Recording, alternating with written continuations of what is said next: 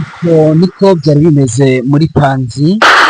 Mu by'ukuri ntabwo byari byoroshye na gato, ntabwo byari byoroshye na gato kabisa.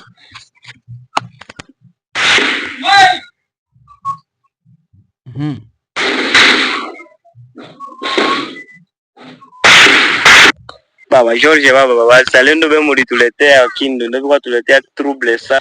Yes, ngo aba bantu mwatuzaniye ahangaha muri Kindu, ataba abantu baratuzambije cyane. Ikifikia masasi ya zarani Atabangaba nibo bari kurasa bakarasa uko babonye. Tuno ndani ya nyumba wazalendo banajishikia sabona. Ubu ngubu urabona ko nibo bakomeje guteza umutekano muke muri aka gace. Nibo bigize abayobozi ku gahato.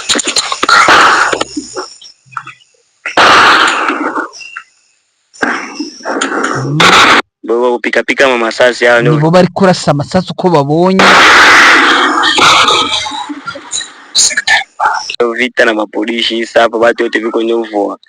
Meshi unikome kwa mimi niko ndani ya nyumba mu kukimbia wazali. Ntabwo byoroshye kabisa, ubu ngubu turi mu mazu. Ndagusuhuje wowe wakoze subscribe ukuri ku Ntare Official, wowe mu by'ukuri ukunda Clever Bemba ndetse ugakunda na Machachari. Mu by'ukuri tukaba tugiye kugaruka n'ubundi mu makuru agiye atandukanye ari kuvugwa mu burasirazuba bwa Repubulika Iharanira Demokarasi ya Kongo. Kugeza magingo yangaya ibintu ntabwo byoroshye.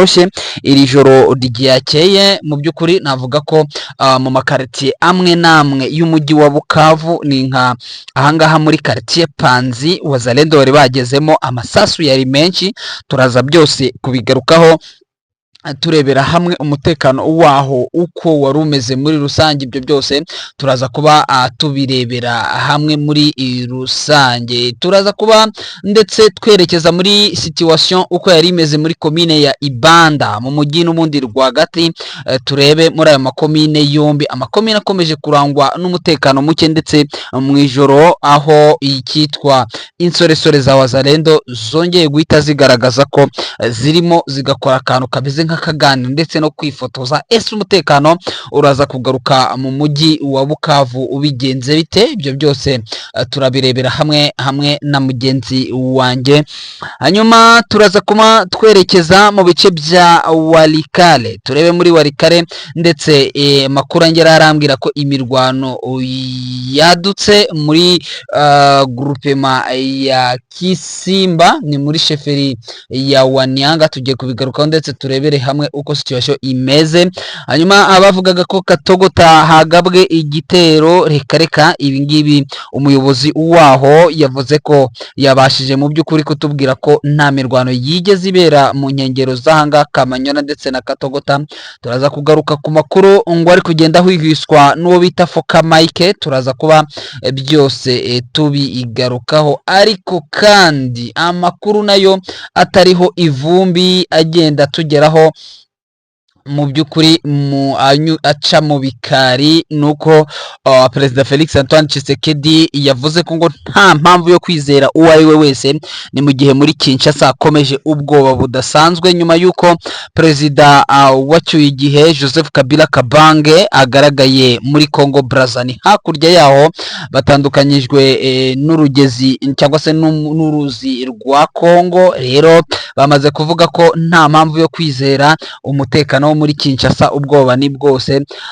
Turagaruka ku makuru avugwa kuri Colonel Ndabagaza. Twavuze ku munsi w'ejo tubabwira ko yazamukanye na force zitari nkeya, nabyo turabigarukaho. Hanyuma tuze gusoreza kuri situation uko ihagaze muri Kindu. Na makuru menshi mu by'ukuri muri kumva ko twabashije kubategurira.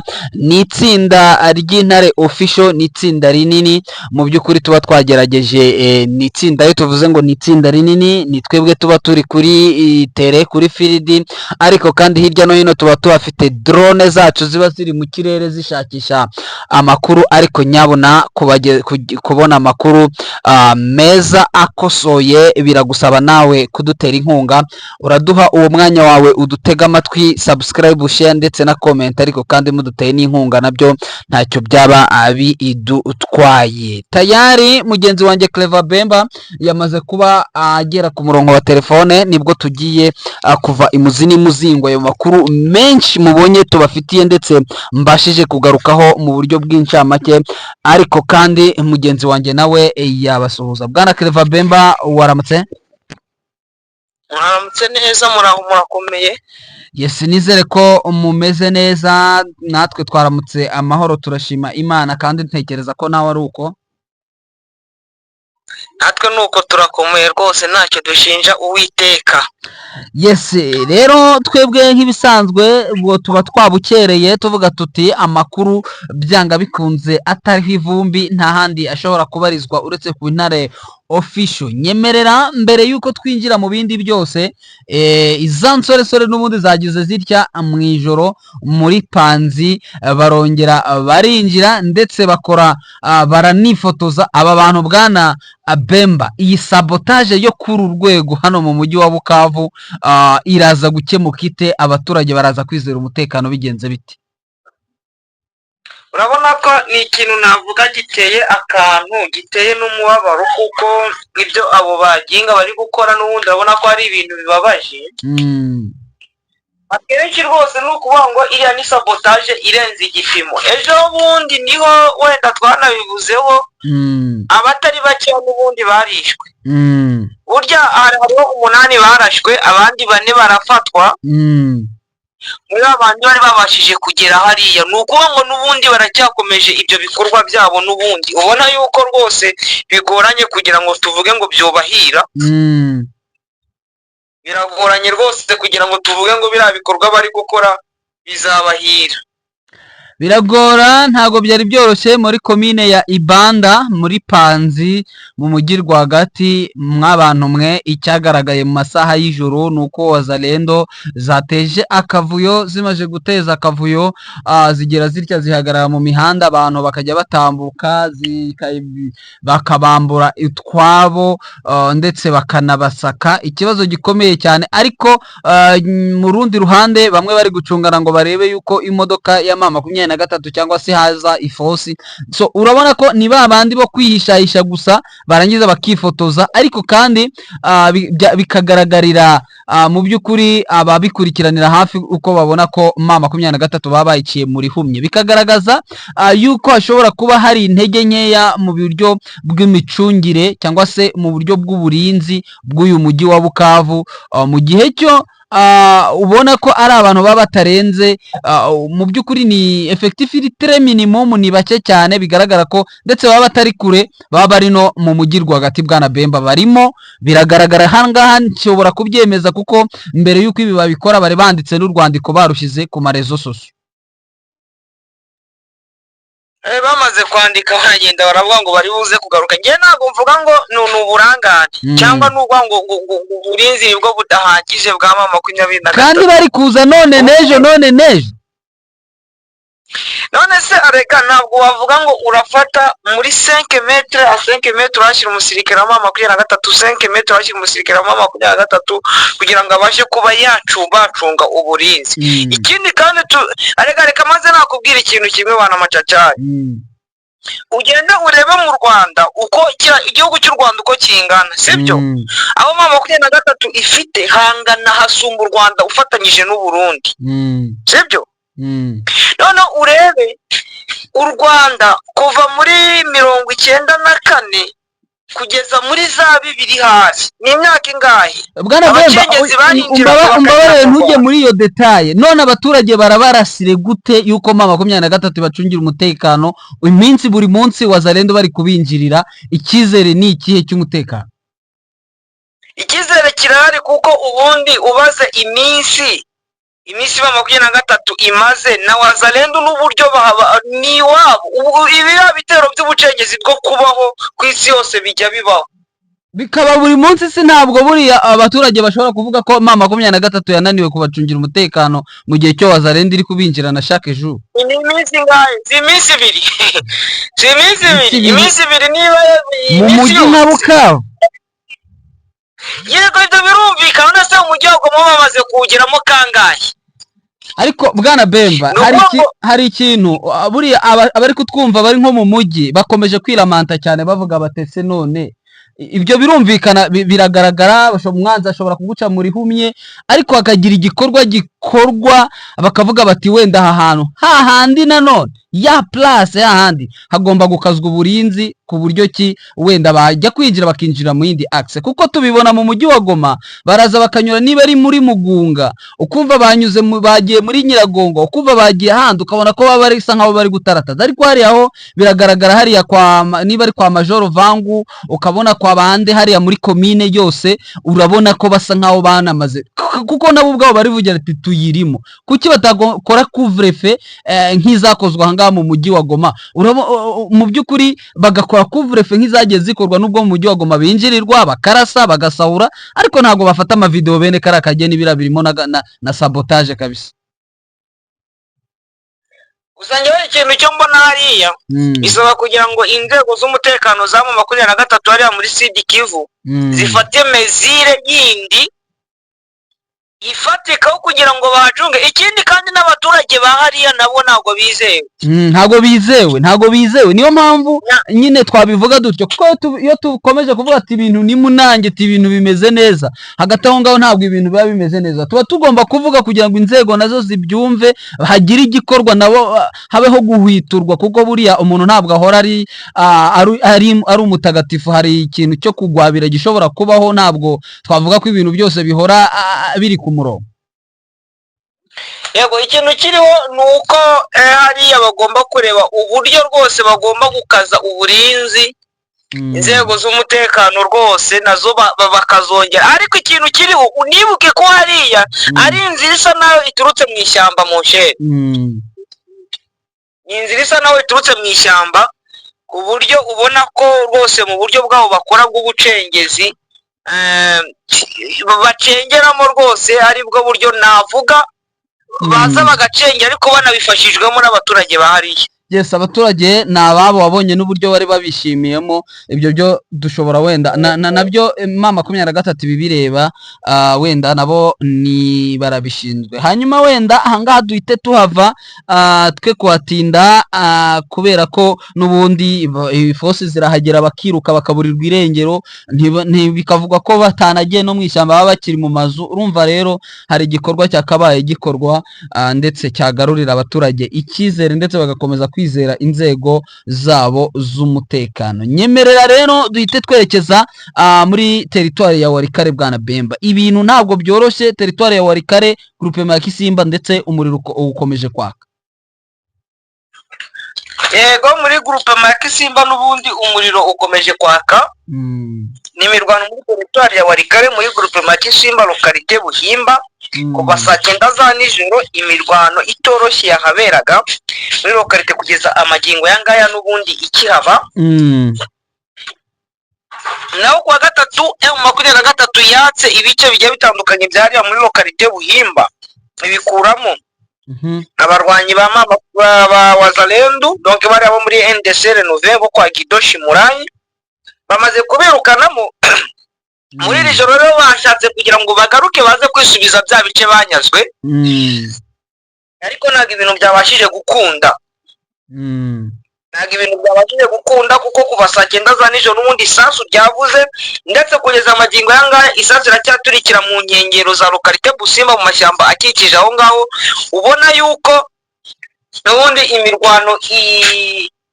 imirwano igikomeje n'ubundi, ukabona ko mama 23 n'ubundi yo isa naho iri kubasukuma ibegezayo, ariko nabo bari bazanye imbaraga n'ubundi zitoroshye ari muri groupement Kisimba muri lokalite Buhimba.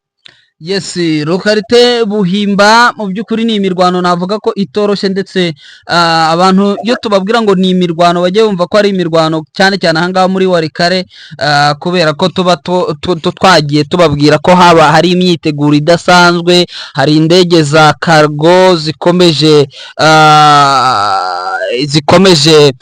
kutunda abasirikare badasanzwe, abazwi n'abatazwi boherezwa muri axe zigiye zitandukanye. Urumva ko rero nta kindi kiba kibazanye, ntago kuba ari ukuza gutembera, ahubwo kuba ari ukurwana ibyo byose birumvikana muri izo axe ziba zigiye zitandukanye. Nyemerera rero ahangaha wenda niba nta kindi dushobora kugarukaho muri teritwari ya Walikale, iyi mirwano irakomeje, ndetse niba no muri iki gitondo cy'itariki ya 15 imirwano yongeye gukomeza, turaza kuba kugenda tubabwira ko ukuntu situation ihagaze muri rusange. Apare ibyo ngibyo, hari amakuru aturuka muri teritware y'ahangaha muri teritware ya Fizi, yego, aho bivugwa ko uwitwa Colonel Ndabagaza bivugwa ko ngo yaba yazamukanye na force nyinshi. Amakuru avuga kuri uyu muyobozi n'aba basirikare, inkuru ye ihagaze te bwana Ben? Amakuru avuga kuri uriya Colonel Ndabagaza ni amakuru rwose avuga ko yazamutse ariko afite objectif idasanzwe. Iyo objectif avuga idasanzwe n'ubundi ni objectif yo kugira ngo azamuke, kuko bavuga ko yazamukanye abasirikare barenga 1500. Uranyumva? Yenda kumva. Ubwo ngo abasirikare 1500 bavuga yazamukanye, ngo yabazamukanye abavana hariya muri Nuza, abavana hariya izabukavu, n'undi avuga ngo yarari, ubyumva? Arabazamuka yo kumwe n'abandi bakoloneli bagera nko muri 3, abazamura bajyanye muri wo plateau iri avere Rurambo, bikwerekera za Rurambo n'ubundi. Ariko noneho generali uriya autoproclame ngo ni Lieutenant General Ngoma Nzito yavuze yuko ari amayeri ya 23 yo kugira ngo izamuke ijye muri wo plateau na Mwahe plateau muri territoire ya Uvira na territoire ya Fizi ndetse na Mwenga baharanforce, ndetse noneho baze kumanuka bari kwigira bari kwigira Fizi, Baraka, Fizi na Baraka. Noneho abandi bo kwa Ngoma Nzito na baba FARDC n'ubundi bagiye bapakizwa mu bwato bakazanwa, harimo abari bagera mu 125 baje, ati bazahezwe muri abambuke bajye Uvira bajye Bukavu. Ariko noneho uriya Fande wamaze kuzamuka n'ubundi n'abasirikari benshi, noneho bagenda bafunge muri ho plateau, Mwahe plateau, Fizi, Baraka, banari gucunga hariya muri Lake Tanganyika bari kumwe na Twirwaneho n'ubundi nabari abafandika kufe na ba General Makanani Sematama, Charles Sematama. Noneho zangabo zose yaba na Ngoma Nzito noneho bahere bagende bahere muriya. Bakimara kubimenya rero babasirikari bamwe bo kwaya Kutumba, urabizi ko Kutumba n'umubembe ukomoka hariya muri Nuza, ukomoka hariya muri za Fizi. Akimara kubibona wese afunga utwangushe, abasirikare baravuga ati mwe muvuye muri Uvira, hari ubwato bugeramo muri 2 bwazamukanye abasirikare bari kubavana Uvira buri kubajyana Fizi. Ngoma Nzito nawe baramubwira ati wagahunguwe aho hantu uri, aho hantu haraguteza ikibazo, kuko bagiye kukuzingira. Nawe bari muri processus yo kongera gusubira inyuma akavandi muri Plaine de Ruzizi, akazamuka n'ubundi ari kwigira muri Nuza, muri za ho plateau, ari kwisubirira za Baraka. Ariko muri ho plateau na Mwahe plateau ntabwo bizamushobokera, kuko ibice yari yavuyemo n'ubundi Twirwaneho yahise. Yes, yabivuyemo kugira ngo niba zinjira hariya azahinjirana umuriro. Birumvikana ibice byo yabivuyemo, avuga ko ngo abasirikare benshi baryamye hasi, ngo bibereye ngo mu mijyi, ngo ku mihanda, ngo we ngo ariyo hejuru. Ariko kandi birazwi ko ari politike ndetse yemwe na guverineri Jean-Jacques Purusi wari ufite ubwoba bukomeye cyane, aho yari ari guhigishwa uruhindu ashobora kwicwa isaha iyo ari yo yose. Nawe aravuga ati nanjye reka ngire mu bayobozi dushobora kuba dufite inkomoko umwe uza muri uyu mujyi, he kubamo bamakana Kibaya Kutumba abo bakomeje kugenda bampangira kunyivugana. Urumva ko cyari ikibazo gikomeye cyane, akaba ariyo mpamvu yamanutse. Reka tukomeze wenda kubikurikiranira hafi tuze kureba uko situation ihagaze haba muri axe ya Uvira yaba axe ya Fizi. Urabona ko hose hari ikintu kiri gutegurwa ndetse kigaragaza ko byanga bikunze Uvira Baraka iyi migi ishobora kuzaviramo rimwe uko byagenda uko ariko kose, kuko buriya nta kindi kintu twavuga kibiha imbaraga niho plateau na moye plateau naho plane yo buriya kuyijyamo sinzi ukuntu bimeze. Nyemerera ahangaha wenda duhite dusa nkaho tuhava direct, duhite dusimbukira kuri perezida Felix Antoine Tshisekedi. Uyu munsi biravugwa ko afite inama na Conseil des Ministres, afite Conseil des Ministres cyane inama n'abaministre bashya basuminwa ya kabiri. Ariko uyu mugabo Bwana Bemba kubona Joseph Kabila Kabange yaraherutse hariya muri Congo Brazzaville kwa Denis Sassou Nguesso, akaba yaraganiriye nawe, kandi iki gihugu iyi mirwa mikuru y'aba Kinshasa ndetse na Brazzaville akaba ariyo mirwa mikuru ya mbere yegeranye itandukanijwe gusa n'amazi n'ikiraro cya Congo cyangwa uruzi rwa Congo akaba rwo rubatandukanya rwonyine. Kinshasa panike ni yose. Tshisekedi ariko ngo kuri panike yagize icyo abivugaho Bwana Bemba. Ubundi Perezida Antoine Felix Tshisekedi Chilombo yavuze ko umutwe wa 23 uri gukoresha ibikoresho bigezweho akanaba ibikoresho byavuye muri Amerika. Wari nayo mpamvu kwemera umuhuza nka Amerika ari ukwibeshya. Mu nama yabereye mu Muhezo muri iri joro hamwe n'abagenerali Tshisekedi yiyumvamo kuri eta majoro generali saa 5 za nijoro niwe yatangiye yababwiye ko igisirikare cya FARDC ubu cyuzuyemo umwanzi. Anavuga ko igisirikare cye gikoreshwa na Joseph Kabila we nta komandima n'ubundi afite ko babyivugiye. Anabwira abasirikare abo bajenerali ko bagomba kujya bagenda bari menge, ko batagomba no kwizera amahanga ndetse no kutizerana nabo ubwabo. Avuga ko Ubushinwa ari umwanzi, Amerika ari umwanzi, Ubwongereza ari umwanzi, u Rwanda ari umwanzi, Uganda ari umwanzi, Kenya ari umwanzi, Sudani y'Amajyepfo ari umwanzi, Somalia ari umwanzi. Rumva ibyo bihugu avuga. Arababwira ati n'imbaraga twari dufite zo muri SADC ikigaragara ntazo. Ati igomba gukurikiraho nuko twebwe dushobora kwishakamo uburyo twatsindamo 23.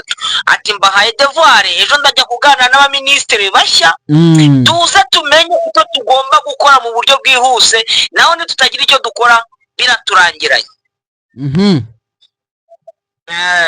Uyu biragaragara n'ubwoba bwinshi kuko option zagiye zikoreshwa zose ziri kugaragara nkaho zamaze gutsindwa zananiranye. Option ya diplomasi byaranze bikomeje kunanirana. Ubu ngubu twavuga ko Doha byanze byo byamaze kurangira, ndetse n'ikibigaragaza ni imbwirwaruhame zikomeje gukorwa cyangwa se kuvugwa na bamwe mu bayobozi ba FCM 23. Sinzi ukuntu naguye kuri video akavideo kagufi cyane k'inama y'umutekano yakoreshejwe na Guverineri Bahati Musanga Erasto aganiriza abayobozi administrateurs b'amateritoire aba chef de quartier, ndetse ababwira ko ibya Doha byo nta gahunda, ati ahubwo akazi bagomba gukora ari ako gushaka abasore bajya mu kazi ngo kuko gahunda nta yindi nuko advancinga hadi ahashoboka ngo kuko icyambere mu byo baganiriye byose nta na kimwe Kinshasa hari ikintu bize renforcement de mesures de confiance, cyangwa se ngo Kinshasa ikagaragariza mama 23 cyangwa se AFC icyizere kigaragaza ko ibyo barimo bishobora kuzatungana, ngo mu bintu bigeze hafi byose mu 9 nta na kimwe baragaragaza, kandi ni nako kuri akaba ari nabyo byanabrotse iyi processus ya yahangaha muri Doha i Qatar. So wenda icyo twabona nuko ibyo biri kuvugwa na FCM 23 irimo irategura, ariko Kinshasa nayo ikomeje kuramforce. Urugamba rudasanzwe nirwo tugiye kubona imbere yacu bwana Bemba. Yego niko rumeze rwose, n'urugamba rudasanzwe, ubona ko waje abamama 23 baramforce. FARDC ariko niyo yaramforce nyine, sinzi ntabwo byoroshye uko ntabwo bihingana na cyagiye ari fite abacanshuro bari bangana kwa kundi kandi kanatsinda. Ariko hari abanyakolombia baje bariya ntabwo bateye ubwoba mushe, ntabwo nabo nabazamu muri Colombia n'abakarani, ntabwo bariya bateye ubwoba. Aha, reka wenda tubihanga amaso turindire turebe. FARDC nayo irimo irakora igishoboka cyose gishoboka.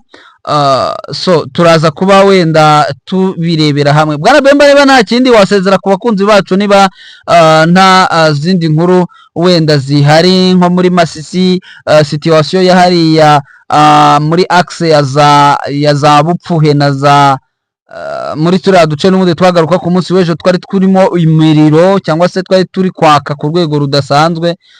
Wenda dusoze hanyuma turarikira abakunzi bacu amakuru yacu ari imbere. Uzariya muri Bashari Mokoto n'ubundi ubona ko bakiri gucungana ku maso, n'ubundi ko bishobora gukomera, ariko za Bupfuye na za Gasenyera aho mama 23 yamaze kuhinjira. Yes, urakoze cyane rero, simbuka uturebere situation uko ihagaze, hanyuma wenda abakunzi bacu tubararikira amakuru yacu ari imbere ndetse atariho ivumbi yo kuri tele. Yego. Yes, mugenzi wacu Clever Bemba arakoze cyane. Hanyuma tugana ku musozo amakuru akomeje kugenda avugwa hirya no hino. Situation muri Rubero ibintu ntabwo naho bikomeje koroha, panique iri generalize.